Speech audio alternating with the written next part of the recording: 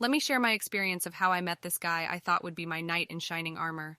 In 2018, I got an NGO role in an Accra-based company. At the time, I was so excited about Accra and the life I was going to have. I landed in the city, found a new apartment, and started my job. However, after 2 months passed by, I realized the life was very expensive and that the workload was way too much for me. My boss was old and annoying, and I realized that moving to Accra was a bad idea. With this busy life, I didn't even have time to find any sexual partners. I went 2 months straight without having sex, and I was masturbating 2-3 times a day. It was also very stressful too because my long, hard hours at work were only just paying the bills. One day, my boss called and told me that an investor was going to visit our office from London and that he was going to assign me as his PA for a week. I was very happy that there was something new to work with for a week. On the next day, this investor guy landed. My boss introduced me to him and we began working. This guy was in his 40s. He was handsome, charming with sharp eyes, and I actually fell for his looks.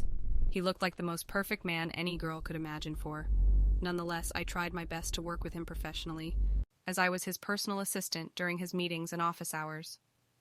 On the third day, we were working late at the office, and he told me that we would go for dinner, and that afterwards, he would drop me off at my apartment. He took me to a lavish restaurant, and we had an awesome dinner. After finishing up, it was 10 p.m., and we were inside the car to go back to our places, but I was feeling horny and romantic, and he knew that I was into him. I kept my hands on his thighs and didn't say a word. He just drove on and took me to his hotel room. That night, we had amazing sex that lasted for 2 hours. His stamina was top-notch, and it was one of the best sexual experiences I've ever had. Through the next 3 days, we did the same, maintaining the sex after dinner routine. I was loving it. On Sunday night, after having some good sex, he told me that he was leaving for Dubai the next night in his private jet, and asked me to quit my job to move in with him. I wasn't sure what to say that night, so I didn't give him a reply. However, the next morning, I quit my job and went back to my apartment jumping in joy. I realized it was time to say goodbye to Accra, so I got ready, and he picked me up, went to the airport, got into the jet, and we are all set for flying. Accra to Dubai was an 8-hour journey. I invited him to have sex with me in the plane. I was totally in love with him and didn't even think about safe sex. We had unsafe sex without condom, and the session lasted for 2 hours, and we were cuddling for another 2 hours. We reached Dubai, and he took me to his house. Except it wasn't a house. It was a palace. That mansion was so big that it had around 30 to 40 rooms, and the garden looked like they just had a party. This was a little bit weird, like who needs 40 rooms? But I was with my dream man and having the time of my life, and nothing else matters. My thinking wasn't thinking. He took me to a room and asked me to keep my bags and freshen up. After a while, he left and was so tired that I slept for another 5-6 hours. When I woke up, he was sitting in front of me with a table full of food and invited me for a glass of wine. I was loving it. We had a good dinner, and from then on, everything was a sexual extravaganza. I was pretty damn high that night, but I know he fucked me good. When morning came, I woke up on the bed, alone and naked. I grabbed the robe near and went out of the room. I had too much surprises to handle. I saw many girls like me roaming around the house. There were around 15 women, some naked and others were partially on lingerie. It looked like a whorehouse. Actually, it was.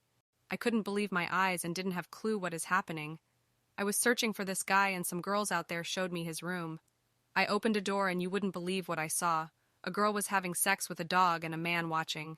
My heart started racing. I was little relieved it wasn't him, but at this point I braced myself for the worst. I opened the next door and it was him having sex with another 3 girls. One girl was riding him and another sitting on his face. The third one was on top of his chest. My heart dropped.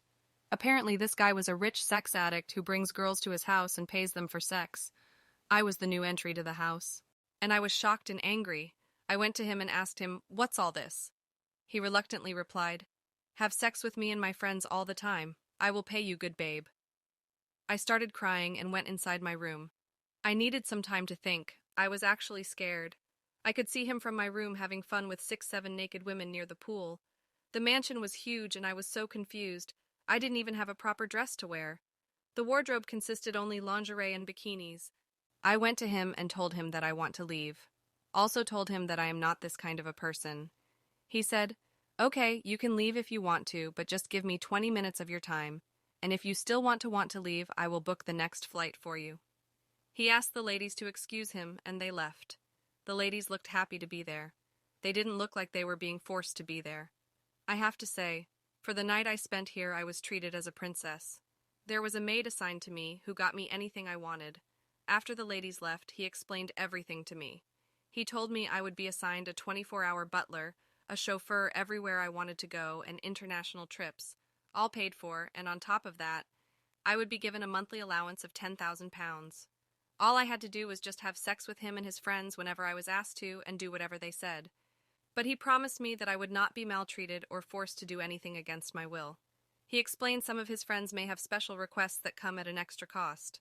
I was thinking such request was what I saw earlier on with the dog. I told him I needed some time to think about it. I left. On my way to my room, I saw a girl. She looked African, beautiful with gorgeous eyes, and she was reading in the garden. Our eyes met. She smiled and waved at me, and I waved back. I walked up to her and we started talking. She was from Kenya. She also met my guy here in Dubai while vacationing here. She encouraged me to accept the proposal and showed me the house she had built back home just under a year of being here. She told me about the trips and shopping they regularly have. I must say it looked enticing. I couldn't believe a few weeks ago I was sex-starved, and here I am being offered sex with all these benefits. I can do a lot with that money and not have to put up with annoying bosses and workload, but my conscience wouldn't allow me. I went back to him at the pool and told him I wouldn't be taking his offer. He did not say a word for almost 5 minutes. You could see the disappointment in his eyes. He picked up his phone and I heard him inform someone to book a ticket to Ghana. He booked me tickets back home, but it was for the next evening. Now I just have to survive that night. I was safely inside my room counting hours. The maid came with some lunch and wine. I think the wine had something in it. I don't remember what happened after that. Next day when I woke up, I was lying beside the pool covered with a hell lot semen. I freaked out and took a bath immediately. I knew I couldn't stay in this house of horrors for any more minutes. I cursed him and left for the airport even though my flight was in the evening. That night he invited his friends to his house like a private sex pool party where these guys came for sex and drink. I have no clue about how many guys had sex with me. I felt physically weak and sore. As I sat waiting for my flight at the airport, I began to sob and realized I was just another pawn in his game, a disposable object to fulfill his perverse desires. The realization shattered me. I felt my self-worth crumble under the weight of my own delusions. I wonder why I followed someone I had just met a week to another country. I reached Accra, and the first thing I did went to my doctor and told him about all this, and did a STD test. The test results came negative.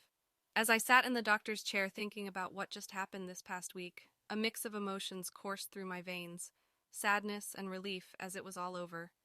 It took me over a month to recover mentally, physically, and financially from the ordeal.